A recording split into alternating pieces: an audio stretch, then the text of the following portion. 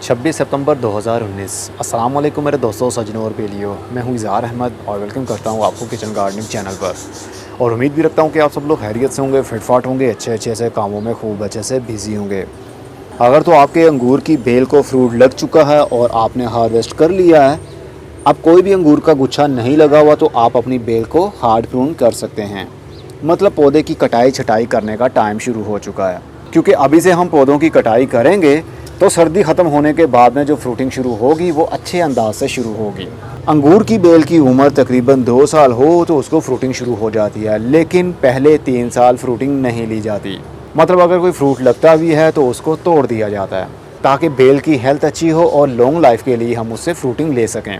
Farmer लोग बचपन में अंगूर की बेल के ऊपर बोझ नहीं डालते। जैसे वो मैच्योर हो जाती है, अच्छी ग्रोथ बन जाती है, उसका ट्रंक, उनकी टहनियाँ मोटी मोटी हो जाती हैं, वुडी बन जाती है, तो उसके बाद उसके ऊपर बोझ डाला जाता है।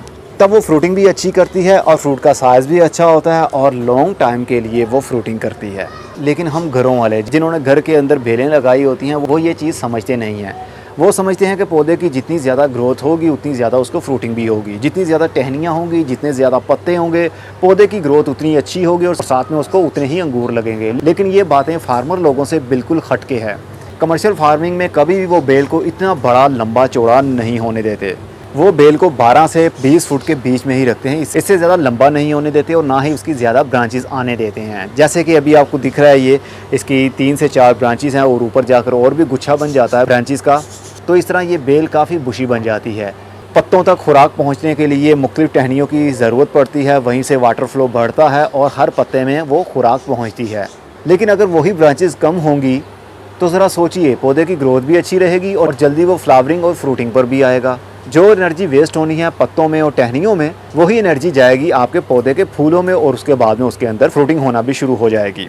ये हैं कुछ बातें जो फार्मर लोग करते हैं और मैंने अक्सर देखा भी है उनको कि वो अंगूर की बेल को उसके हाथ पर छोड़ते नहीं हैं। जैसे ही उसकी फ्रूटिंग का सीज़न ख़त्म हो जाता है, फ्रूट हार्वेस्ट कर लेते हैं, उसके बाद में पौधे को मतलब उस बेल को पूरा हार्ड प्रून कर देते हैं। मैंने तो अगस्त के महीने मतलब पिछले महीने ही इसकी हार्ड प्रूनिंग कर दी थी। ये बेल अब इतनी ज़्यादा लंबी नहीं है कि मैं इसकी हार्ड प्रूनिंग अब मज़ीद कर सकूँ। बस ये ख्याल रखिए, आपकी जो बेल है उसकी ज़्यादा से ज़्यादा 3 ब्रांचेज़ होनी चाहिए, इससे ज़्यादा नहीं। जैसे कि ये नीचे से एक इसका तना है, एक ट्रंक है और आगे से आगे ये 2 हिस्सों में डिवाइड हो गई।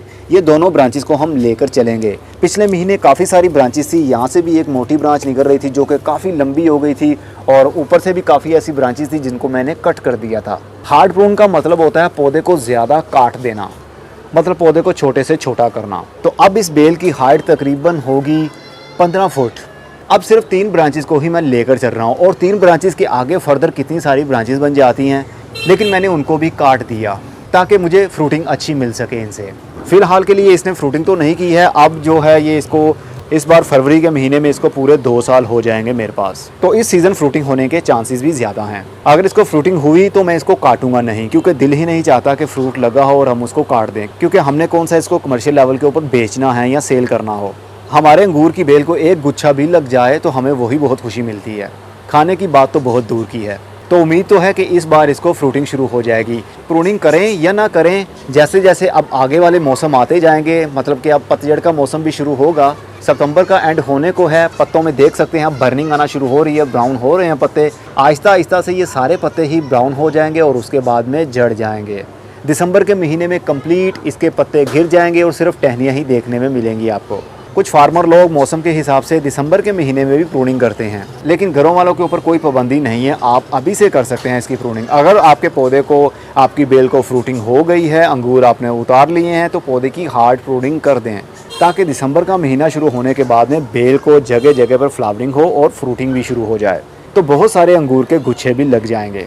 अगर इसकी कलमें लगाना चाहते हैं तो दिसंबर के महीने में ही आप लगाइए। अगर आज प्रूनिंग करना चाहते हैं, सितंबर के महीने में प्रूनिंग करना चाहते हैं तो कर दें, लेकिन एक ऐसी ब्रांच को छोड़ दें जिसकी आप कलमें लगाना चाहते हैं। कलमें लगाने के लिए मोटी ब्रांच ही ली जाती है, जैसा कि ये आप देख सकते हैं, ये तकरीबन पेन की थिकनेस के बराबर है इसकी ब्रांच। ये भी ले सकते हैं इससे मोटी हो, जैसा कि ये है, मेरी उंगली से भी ये मोटी है ब्रांच। 2 पेन की थिकनेस के बराबर, मतलब 2 पेन की मोटाई के बराबर ये एक कलम है, इतनी भी ले सकते हैं। इससे मोटे वाली भी ले सकते हैं, जिस तरह ये वाला मूड है इसका, जिस तरह ये वाला इसका ट्रंक है, ये काफ़ी मोटा है, तो ये भी ले सकते हैं। ज़्यादा हरे रंग की ब्रांच यूज़ नहीं करनी कलमे लगाने में। जितनी मोटी टहनी आप लगाएंगे उतना ज़्यादा फ़ायदा होगा और उतना जल्दी वो रूटिंग भी शुरू करेगा और साथ में उसको फ्रूटिंग भी जल्दी शुरू होती है। अगर ब्रांच ही आप थिन लेंगे, पतली सी ब्रांच लेंगे, अगर उसकी ग्रोथ शुरू हो भी गई तो उसको फ्रूटिंग जल्दी नहीं होगी। जितनी मोटी ब्रांच लेंगे उतनी जल्दी उसकी ग्रोथ भी शुरू होगी और साथ में उसको फ्रूट लगना भी जल्दी शुरू हो जाता है। तो एक ब्रांच ऐसी रहने दें जो कि दिसंबर के महीने में आप उसको काटें और 6-6 इंच की कलमें बनाएं और उसको मिट्टी के अंदर लगा दें। देन उसको पॉली हाउस के अंदर रख दें, जैसा कि मेरा ये पॉली हाउस है। अगर आपके पास बड़ा पॉली हाउस ना हो तो गमले के अंदर, छोटे से गमले के अंदर कलम लगाइए। जिस तरह ये गमला है 7 इंच का या 8 इंच का, इस तरह का मिट्टी का गमला लीजिए, उसमें मिट्टी भरिए। ओनली बालू मिट्टी भरनी है, कोई खाद मिक्स नहीं करनी। उसके अंदर कलम लगाइए, 6 इंच मिट्टी से बाहर हो और 6 इंच मिट्टी के अंदर। पानी देने के बाद में उसको पॉलीथीन से, मतलब शॉपर से, जिस तरह ये शॉपिंग बैग है, ट्रांसपेरेंट शॉपर लीजिए आप, जिसके आर पार हम देख सकते हैं ताकि सूरज की धूप और रोशनी अंदर भी जा सके, ताकि ह्यूमिडिटी अंदर बढ़ सके, क्योंकि सर्दी के दिनों में नमी नहीं रहती।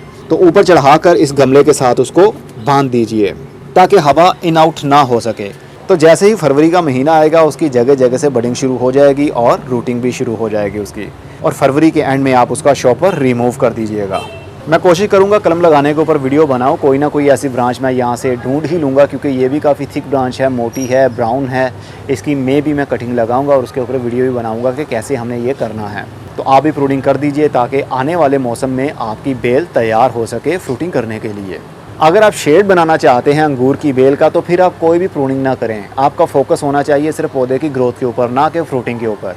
जो बेलें बहुत ज़्यादा बढ़ जाती हैं उनको फ्रूटिंग बहुत ही कम होती है, और जो छोटी सी बेल होगी उसको फ्रूटिंग ज़्यादा होगी।